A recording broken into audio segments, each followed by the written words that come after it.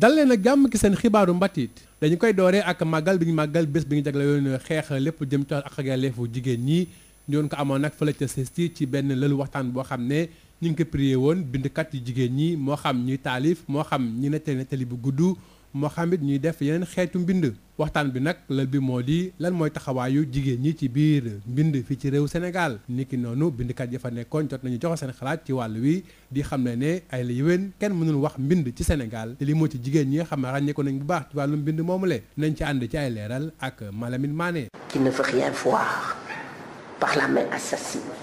Femmes et littérature sénégalaise un apport fécond lii moo nekk thème amical étudiant CESTI ci journée mondiale des droits de la femme li ni mel Fatoumata Diallo Ba doon bindkat jàngalekat am si beneen gis-gis. thème bi de moom ni ñu ko posé daal question bi day mel ni day laajte lan la jigéen ñi indi ci littérature bi te loolu jarul sax laajte loolu moom évidence la ndax jigéen ñi ñooy littérature bi bu dul woon ñoom littérature du am duñu mën a wax ni littérature am na fii ci Sénégal. Nénou Chassis étudiante CESTI mel ni kuy dëggal yi la kaddu. Femme et littérature Sénégal un apport fécond. comprendre le point d'interrogation bu ñu def si kii bi si thème bi parce que pour man apport fécond bi c'est évident. Femme et littérature sénégalaise apport fécond total la am. waru débat si loolu sax dañu war a plutôt xalaat solution dañu mën a apporter pour dimbale jigéen ñi libérer seen parole wax seen xalaat ñu bañ a ragal def ko. Fatoumata Diallo Ba moom mi nga xamante ni moo bind livre bi des cris sous la peau nanguwul li nga xamante ni moom la ñuy wax ni jigéen ñi dañuy victimiser wu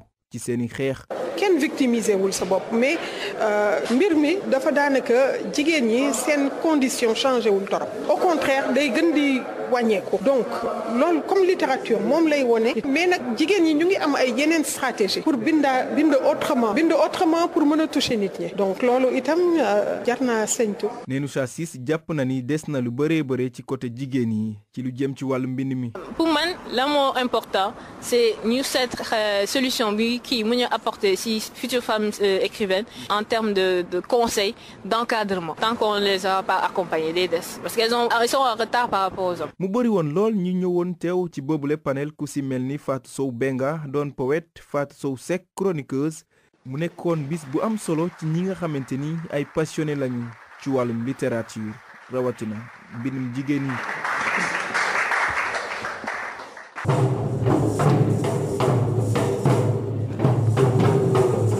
ñi dem nemmeeku ji ki ñu naan Moro Naba muy buur bi nga xam ne moo nekk fii ci Burkina Faso Moro Naba am yetti tur yoo xam ne yépp dafay jàpp jëm ci wàllum gëm-gëm ñu jàppee ko kilifa gi nga xam ne moo gën a kawe ci wàllu diine waaye it ci wàllu àdduna fii ci Burkina Faso mu am fii benn ëtt di këru buur bu yaatu foo xam ne fa lay dalal ay ganam Moro Naba Bawogo bile moo di fanweereel bi ak juróom-ñaar réew mi di am. le Moro Naba bi mooy suñu njiit ñun mosi moom nitu jàmm la te it nit koo xam ne jamono ju nekk rek day am dëgër laay ba du xewi mukk booy seet fii ci Burkina Faso moom Moro Naba bi moo taxawaayu koo xam ne dafay jubale ñëpp nitu jàmm la moo tax saay bu amee jafe-jafe fii ci Burkina Faso rek ci ëttam bile di cour royale bi lañ koy lijjantee citoyen yi société civile politique yi même sax mbirum militaire yi fii ci kanamam lañ koy lijjantee. a été réglé ici. moom lee doon ki nga xam ne mosi yëpp moom la ñu gëm ci wàllum doxalin ak wàllum aada cosaan ak mbatit te mu yorit ay mbóot yoo xam ne moo tax mu doon li mu doon démb ba suñ doon yàlla tey Moro Naba yi dañoo mës di taxaw ngir wéyal jàmm ak salaam bëggante ak jàppalante ci biir réew mi rawatina ci diggante mosi yi. Le Moro Naba est le chef suprême des Mossé. Et à ce titre tous les Mossé lui doivent beaucoup. Moro Naba bi mooy njiitu xeet bi la di mos fii ci Burkina Faso dafa taxaw it taxawaayu buur waaye taxaw na taxawaayu borom tuur ndax xam nga ne fii ci Afrique ñun dafa am lu ñu gëm dañoo gëm li nga xam ne moo jëm ci wàllu nature bi ak li nga xam ne suñu maam li ñu bàyyi loolu loolu da ci am taxawaay bu am solo moom Moro Naba bi ñun suñu ngëm-ngëm bu ñu woowee li nga xam ne mooy force naturelle yi nga xam ne moo nekk ci suuf si liñ ciy teg moo di Moro Naba ndax Moro Naba daal jàppee nañ koo xam ne dañ ko wekk te it dañ ko gëm am na kattan ak mën-mën bu mu am ba tax képp koo xam ne doomu mosi nga dañ koy wekk te it dañ koy gëm ndax ñun suñu aada ak suñu cosaan loolu la laaj moom daal ku am solo la te it ku ràññeeku la ci suñu wàllu ngëm-ngëm ñun mosi yi. Le respect de Sa Majesté est une obligation. bés bu yàlla sàkk dina génn dugaat dellu këram ñu koy woowee cérémonie du faux départ jaabante boobule di gën a fes bésum ajjuma bu yàlla sàkk ñu koy def ci teewaayu ay mbooloo ngir ñoo fekkee si boobule doxalin jamonoy maam ba suñ doon yàlla tey bés bu yàlla sàkk Morona Ba bi fi nekk di ko def ngir firndeel ne moom jàmm moo ko gënal ay ndax kat boobule doxalin dafay bëgg mu xëy suba teel sol yëre yu xonq ñu daal di koy tëggal junjung yi daal di koy bàkk mu daal di taal xare ngir dem xeexi ji waaye bëkk néeg yi ak askan wi ñëw ñaan ko ne ko Morona Ba dimbali ñu rek nga bàyyi ay bi ba nga taal xare bàyyi fi jàmm ci noonu mu daal di déglu askanam dellu dugaat ci biir këram summeeku sol yëre yu weex wala yeneen xeetu yëre yu lu xonq ngir wane ne moom de jàmm moo ko gënal ay. Vous avez vu, pour ceux qui ont pu voir la cérémonie. gis ngeen ko yéen ñi nga xam ne seetaan ngeen cérémonie faux départ bi nga xam ne dafay am bés bu yàlla sàkk waaye nag àjjuma lay gën a fes buur bi dafay génn sol yére bu xonq daal di mel ni ku mer ànd ak ay gàngooram ak fasam nar a dem xare ji waaye nag bu mu tiimee askan wi ñi nga xam ne ñoom ñooy ay bëkk néegam ak njabootam ku nekk di ñëw di ko ñaan di ko tinu naan ko buur daal bëgg nañ nga war a jàmm bu dem ci guerre bi ndax daal jàmm moo gën ay nit ki noonu ba nga demee woon ca guerre ba la weesu ba noonu yi këppataloon fa soxna jamono ji nag ñun jàmm lañu bëgg loolu tax ba buur bi ci wëlbatiku nag daal di duggaat ci biir këram toog ba yàgg a génnaat nag sol lu weex wala beneen yére bu wane ne moom daal bàyyi na guerre bi ginnaaw bi nga xamee ne askanam ñaan nañ ko ngir mu wote jàmm ci biir xew-xew boobu nga xam ne ajuma ju nekk Burkina bi bëri dañuy ñëw di ko seetaan si ak sax ñoo xam ne ay doxandeem la ñu dañuy ñëw ci réew mi ngir loolu lu ba noppi nag ñun ñi nga xam ne ñun ñooy bëkk nii gi dañuy ñëw di ko gërëm di ko sant ak di ko ak di rafetlu xalaat bu rafet ak di rafetlu xel bu rafet mu am ba topp askan wi loolu mel nag bu koy seet jàngale la jàngale bu am solo la jëm ci wàllum njiit bu mu war a doxee njiit dafa war a déglu askanam déglu li nga xam ne moo baax ci moom it bu ñu ko ñaanee di ko tinu mu mën a nangu loolu doxalinu Morona Ba bi dafay jàngale ne kilifa wala buur bu mun ci doon waroo xool sa intérêt bopp rek yow waaye da nga war a xool intérêt askan wi nga jëm fa ndax loolu le lay jàngale te doxalin bi le Morona Ba ñu ngi koy jàngale dalee ko 1966 ba suñu doon yàlla tey du peuple 1666 que Sa Majesté inculque à la communauté Mossi. Morona Ba boobule di dox ci jàmm di ko wut di ko sàkku te di ko digle fii la ngeen tarkeppee seen xibaaru mbatit jërë ngeen jëf ci déglu bi.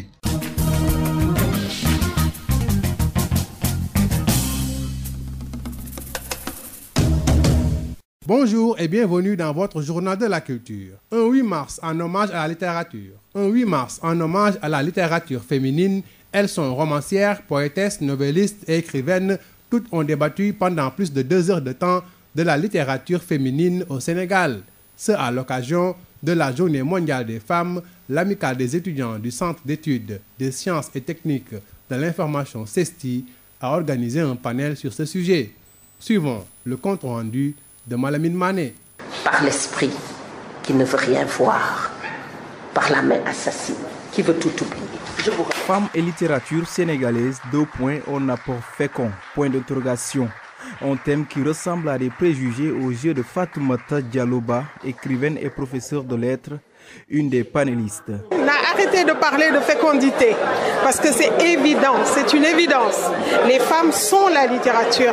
Elles tiennent la plume, mais elles sont également dans les œuvres. Même interprétation chez Nenoussa 6, étudiante en 3e année au CESTI. Passionnée de la littérature féminine, elle trouve celle-ci existante. Et j'ai pas trouvé intéressant de mettre un point d'interrogation parce que pour moi c'est une évidence. Une femme dans la littérature, c'est toujours un apport fécond. Parce qu'elle apporte quelque part sa vision du monde depuis sa position de femme. L'auteur du roman des Cris sous la peau réfute l'idée d'une victimisation des femmes dans leur combat. Fatoumata Diallo Ba. Moi, je ne suis pas une victime, je ne suis pas la victime de personne. Je suis même féministe radicale et je le dis et je l'assume, d'accord? Je ne suis la victime de personne. Par contre, quand je dénonce les maux de la société sénégalaise, c'est pas pour me victimiser, c'est pour montrer réellement ce que vivent les femmes.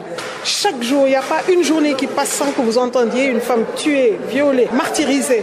C'est pas possible, hein. C'est pas se victimiser que de dire ça. Loin d'avoir la même notoriété que les auteurs masculins, La lectrice Nenoucha Sis décèle des insuffisances dans les productions littéraires féminines. Bon, si on s'arrête au fond, elles sont à coup sûr pertinentes. Peut-être que la forme est à travailler parce qu'il faut savoir aussi que les femmes ont du retard. Il faut qu'on le dise. Les hommes ont eu plus d'avance. Les femmes ont besoin d'être encadrées, aidées dans cette démarche littéraire. Ce panel qui a vu la participation d'autres écrivaines comme la poète Sokhna Benga, la chroniqueuse Fatou Sow Seck, entre autres, a été aussi une occasion pour ces femmes de lettres de démontrer leur talent poétique sous les applaudissements des étudiants. Ensevelis sous les décombres des saisies.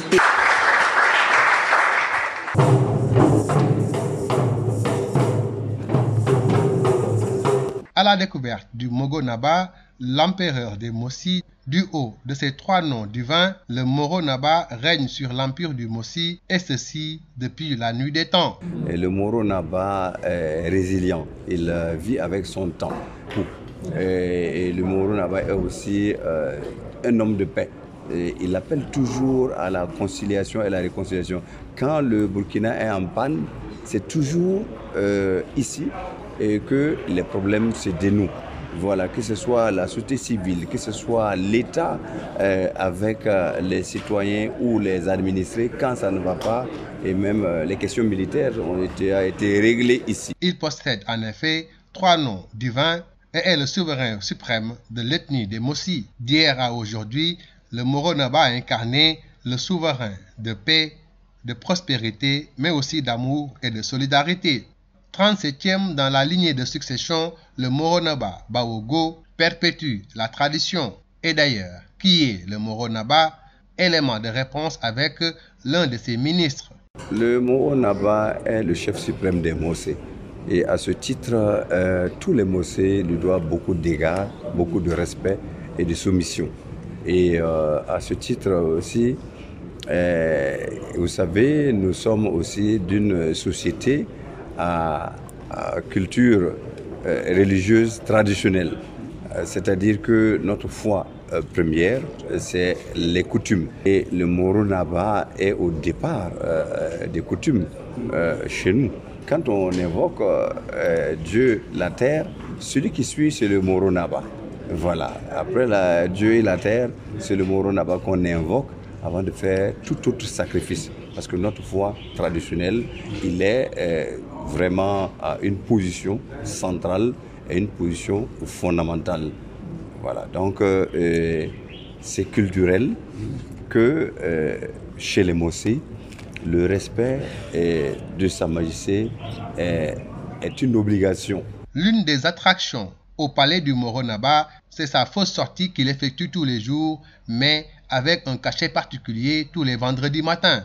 En effet, il perpétue une vieille tradition, un geste séculaire qui veut que le Moro Naba sorte en rouge pour se préparer et partir à la guerre, mais soit dissuadé par le peuple et les pages et courtisans et renonce finalement à la guerre et ressort cette fois-ci avec un habit blanc ou d'une autre couleur pour dire qu'il est l'apôtre de la paix. Vous avez vu, pour ceux qui ont pu voir la cérémonie du faux départ, au départ, Sa Majesté est sortie en tenue rouge pour dire qu'elle va monter va aller en guerre.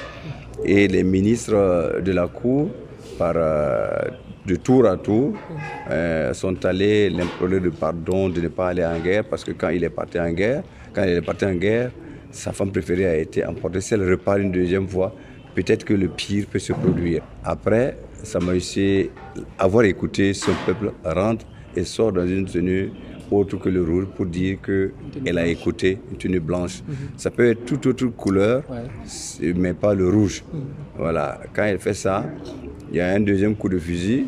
Il y a un premier coup de fusil qui a tiré pour appeler le peuple à aller à la guerre, pour ramener la femme préférée du roi. Et le deuxième coup de fusil montre que le roi a adhéré à la sollicitation des représentants du peuple que nous sommes, que les ministres sont, et sont en tenue autre que le rouge. Et les gens viennent lui dire merci d'avoir écouté son peuple.